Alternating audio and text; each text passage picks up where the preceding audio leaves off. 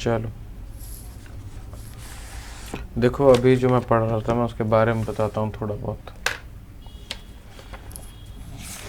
पूरा इंक फैला दिया मैंने।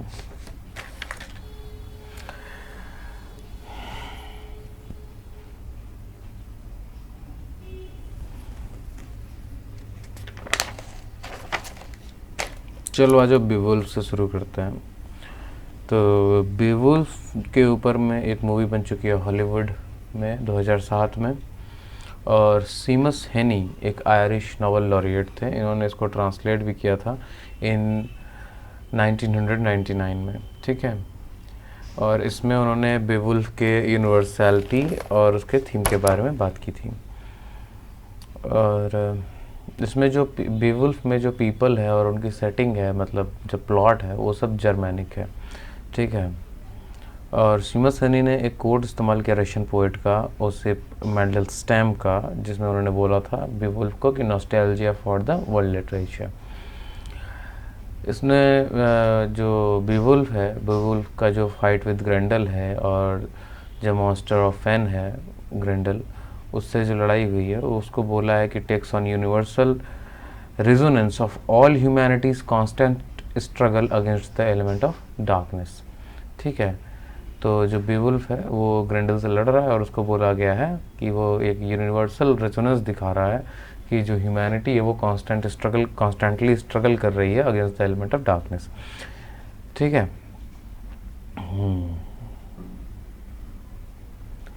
बेवुल्फ को बिलीव किया जाता है कि ये 7th सेंचुरी के अराउंड लिखी गई थी, और इसमें दो लोगों ने इसको ट्रांसलेट करने की कोशिश की थी। एक तो सीमस हेनी, हम जान ही चुके हैं, इनका जो वर्जन था उसको ढेर सारे अवार्ड्स मिले थे, और दूसरे थे स्कॉट एडविन मॉर्गन।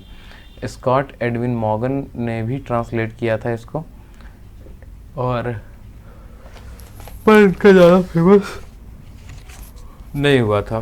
सिमिलर जो बैटल है, बैटल का ही थीम लेकर के एक और पोइट्री लिखी गई थी जिसका नाम है द बैटल ऑफ मैल्डॉन। इसका भी सब्जेक्ट वॉर था, और ये 1991 में जो वॉर हुआ था उसको कॉमरेट करता था। ठीक है, और ये बेवुल्फ के जैसा थोड़ा फिक्शनल और थोड़ा फैक्चुअल नहीं था, ये पूरी तरह से फैक्चुअल था। और ये जो है ओल्ड इंग्लिश स्टाइल का जो है, जैसे कि डिवाइडेड लाइंस क्रिएट किए जाते थे एक रिदम को बनाने के लिए, उस तरह का पैटर्न इस्तेमाल करता है। इसके बाद एल्फ्रेड द ग्रेट आए, इनको किंग ऑफ वेस्ट सैक्सन कहा जाता था। ये थे किंग ऑफ वेस्ट सैक्सन। इन्होंने ट्रांसलेट किया, ये एक राइटर भी थे, तो इन्होंने ट्रांसलेट किया क्यूरा पैस्टोरालिस, क्यूरा पैस्टोरालिस। और क्यूरा पैस्टोरालिस जो था वो एक गाइड था to living and spiritual education. ठीक है, guide to living and spiritual education. इनका मेजर इम्पैक्ट था इंग्लिश पर। इन्होंने लैटिन से शिफ्ट करके जो लिटरेरी लैंग्वेज था या लोकल लैंग्वेज था उसको इंग्लिश पे लाना शुरू कर दिया था। इन्होंने कैडमोन का हिम इसको ट्रांसलेट किया था, किसमें, वेस्ट सैक्सन में किया था। वेस्ट सैक्सन उस टाइम में यानी 10th और 11th सेंचुरी के टाइम में एक डोमिनेंट लैंग्वेज थी। ठीक है, इन्होंने एंग्लो सैक्सन क्रॉनिकल्स लिखा था। अब आ जाते हैं जो फ्रेंच का इन्फ्लुएंस था एंड इंग्लिश अफर्मेशन। तो सबको पता है कि नॉर्मन कॉन्क्वेस्ट जो है 1066 में हुआ, नॉर्मन नॉर्थमैन थे, इन्होंने इंग्लिश चैनल को क्रॉस कर दिया फ्रांस से, और विलियम द कॉन्करर को बैटल ऑफ हास्टिंग में हरा दिया। इसके बाद हुआ क्या कि अब नॉर्मन्स जो है फ्रांस से आए थे और इन्होंने इंग्लिश चैनल क्रॉस किया था, तो इन्होंने जीत गए। तो भाई इन्होंने क्या किया, कहा कि फ्रेंच कल्चर आएगा, फ्रेंच लैंग्वेज आएगी, और फ्रेंच जो है अराउंड, अभी हम लोगों ने क्या देखा था, वेस्ट सेक्शन 10th और 11th में था ना, अब जो है 12th से 14th सेंचुरी में फ्रेंच डोमिनेट कर गया राइटिंग और रीडिंग में। और इस टाइम पे फिर क्या हुआ, एक आदमी था किंग जॉन जो 1204 में आया, 1204 यानी कि 13th सेंचुरी, नहीं 11th सेंचुरी, 11th सेंचुरी में 11th सेंचुरी में किंग जॉन आए और वो जो है फ्रेंच से हार गए फिर, और नॉर्मन कॉन्क्वेस्ट जो है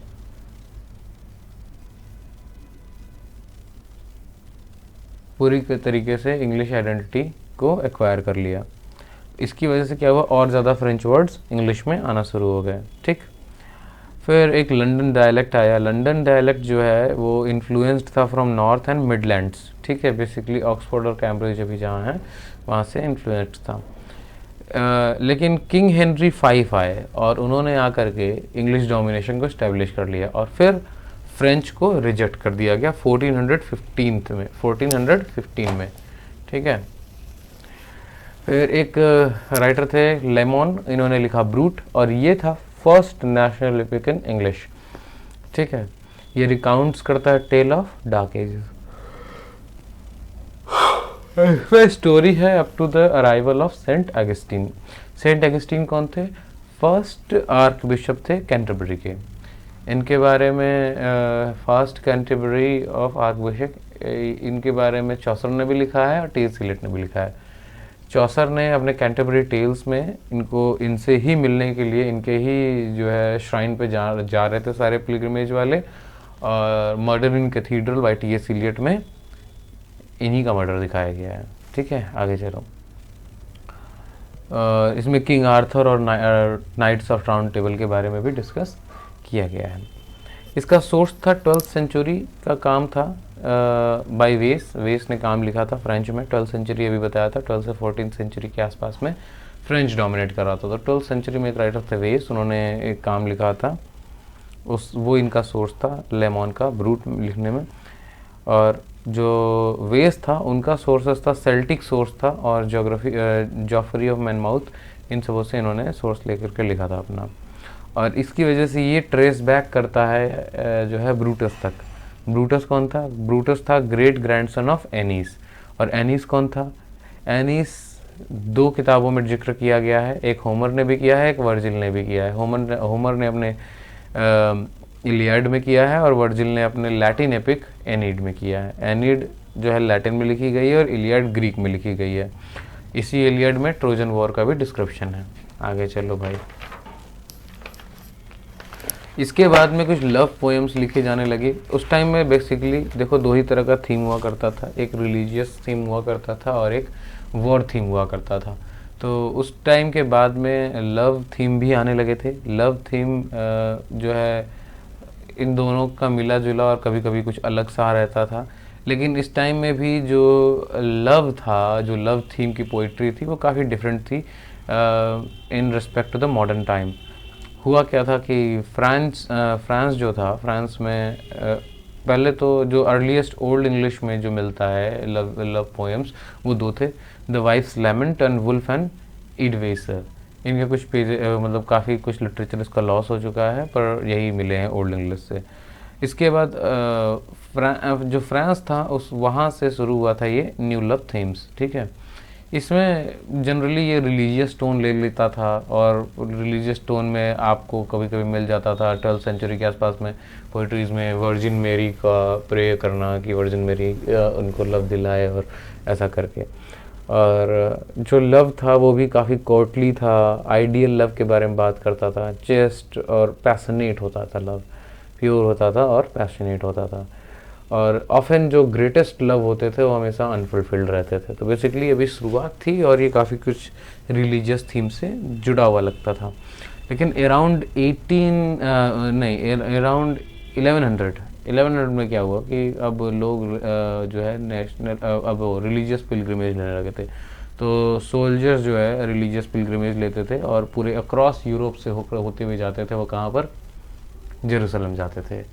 इस टाइम में जो लव था, जो आइडियल लव डिस्क्रिप्शन किया जाता है या जो एक्सपेक्टेशंस थी लिटरेचर की और जो लोगों के ऊपर इन्फोर्स कर रहा था लिटरेचर, वो ये था कि महिलाएं घर में रहें, women must stay at home or they should wait for their male, the men folk that went on the journey, the religious journey, and they have to keep themselves patient, no, keep themselves sane, beautiful and virtuous।